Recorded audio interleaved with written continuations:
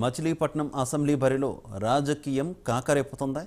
కూటమి అభ్యర్థికి ఇక్కడ కలిసొచ్చే అంశాలేంటి? ఈ నియోజకవర్గంలో అధిక సంఖ్యలో ఉన్న కాపు ఓటర్లు ఈసారి ఎవరికి పట్టం కట్టనున్నారు?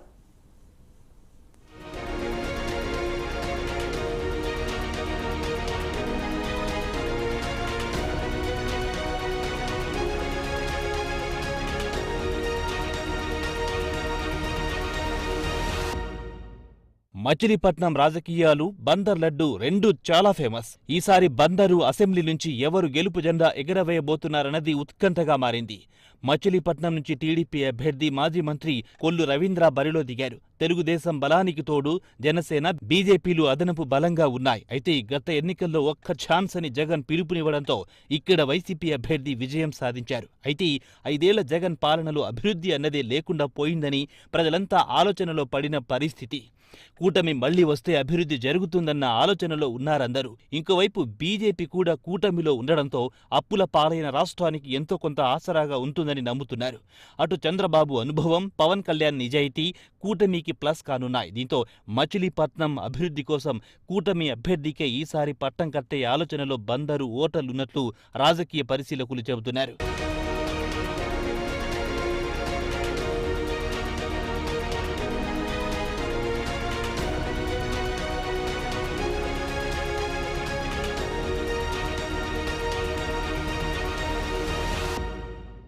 ఇప్పటికీ బందరు నియోజకవర్గంలో కొల్లు రవీంద్ర వేయించిన రోడ్డుపైన ఎవ్వరైనా తిరగాల్సిన పరిస్థితి. ప్రస్తుతం బందరు రాజకీయ వాతావరణంలో చాలా మార్పు కనిపిస్తోంది. కృష్ణా జిల్లా కేంద్రం మచిలీపట్నంలో ఎవరి జెండా ఎగురుతుంది, ఇక్కడ ప్రస్తుత ఎన్నికల్లో ఎవరు విజయం దక్కించుకుంటారు అనేది ఆసక్తిగా మారింది. అంతేకాదు ఇక్కడ గెలుపుపై అప్పుడే పందాలు కూడా కట్టినట్లుగా తెలుస్తోంది. కొల్లు రవీంద్ర భారీ మెజార్టీతో గెలుస్తారంటూ భారీగా బెట్టింగ్లు కడుతున్నట్లు సమాచారం.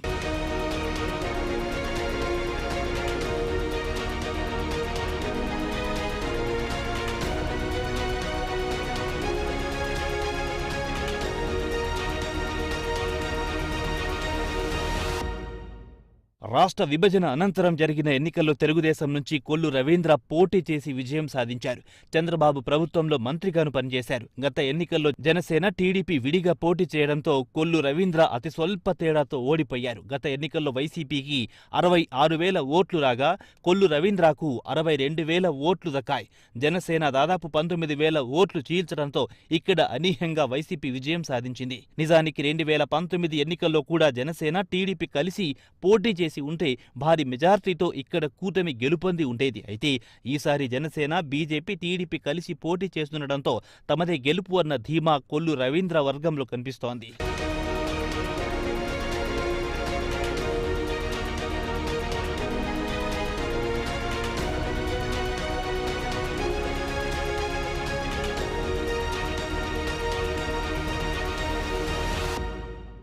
గత 5 ఏళ్లలో కొల్లు రవీంద్ర ఇక్కడ పార్టీ కోసం పనిచేసి ఉండడం, ఆయనపై కేసులు పెట్టి జైలుకు పంపించడం లాంటివి సానుభూతిని క్రియేట్ చేశాయని చెప్పొచ్చు. ఇంకోవైపు ప్రభుత్వ వ్యతిరేకత కూడా కూటమి అభ్యర్థికి కలిసి రానుందని అంటున్నారు. ఇంకోవైపు ఇక్కడ బలమైన కాపు సామాజిక వర్గం ఈసారి ఎవరికి మద్దతిస్తుందన్న చర్చ ఆసక్తిగా మారింది.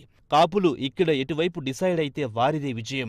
ఈ నియోజకవర్గంలో కాపు కమ్యూనిటీ 35% దాకుంటుంది. ఈసారి వీరి సపోర్టు కూటమి అభ్యర్థి వైపే ఉంటుందని పరిశీలకులు చెబుతున్నారు. అయితే వైసీపీ నుంచి పోటీలో ఉన్నది కూడా కాపు నేతే కావడంతో ఓట్లు రెండు వైపుల చీలే అవకాశాలు కనిపిస్తున్నాయి. అయితే చీలే ఓట్లలో పెద్ద షేర్ మాత్రం ఎవరికి వెళ్తే వారిదే గెలుపు అని అంటున్నారు రాజకీయ పరిశీలకులు. అయితే మిగతా సామాజిక వర్గాలతో పాటే కాపులకు కూడా అధిక ప్రాధాన్యం ఇస్తున్న కొల్లు రవీంద్ర అందరినీ కలుపుకొని ముందుకు సాగుతున్నారు.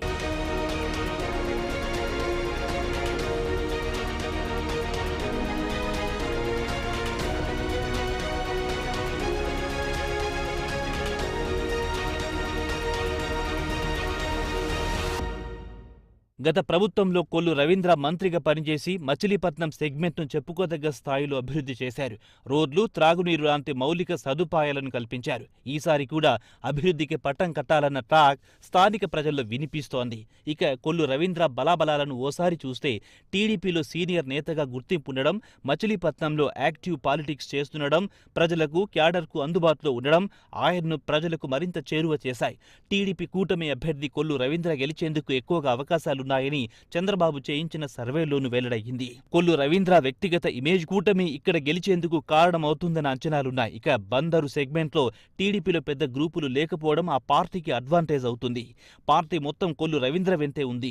సౌమ్యుడు కావడం, అందరిని కలుపుకొని పోయే తత్వం ఉండడంతో జనసేన, బీజేపీ క్యాడర్ కూడా కొల్లు రవీంద్రతో ఈజీగా కనెక్ట్ అయ్యారు. గత ఎన్నికల్లో జనసేన భారీగా కాపు సామాజిక వర్గ ఓటర్లను చీల్చడం వల్ల రవీంద్ర ఓడిపోయారనే భావనలో ఉంది తెలుగుదేశం పార్టీ. ఈసారి పొత్తుండడంతో ఇక తిరుగుండదని అనుకుంటున్నారు. మత్స్యకార సామాజిక వర్గానికి చెందిన కొల్లు రవీంద్రకు ఆ వర్గం ఓట్లు అదనపు బలమని చెప్పొచ్చు.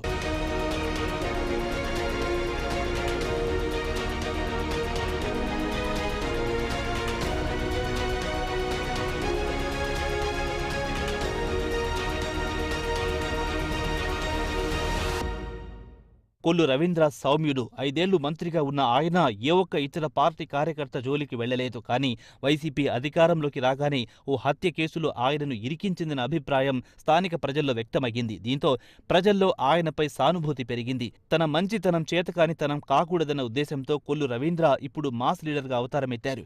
ఎలాంటి సమస్య ఎదురైనా చిటికెలో వాలిపోతూ ప్రజల్ని ఆకట్టుకుంటున్నారు. టీడీపీ అధినేత చంద్రబాబుకు సైతం అత్యంత సన్నిహితుడిగా గుర్తింపు తెచ్చుకున్న రవీంద్ర పార్టీలోనూ బీసీ ఫెడరేషన్ బాధ్యతలను చూస్తున్నారు. ఈసారి గెలిస్తే మరోమారు కొల్లు రవీంద్రకు మంత్రి పదవి ఖాయమన్న ప్రచారం కూడా రాజకీయ వర్గాల్లో వినిపిస్తున్న మాట. చూడాలి మరి బందరు భవిష్యత్తు రాజకీయం ఎలాంటి మలుపు తిరుగుతుందో అన్నది.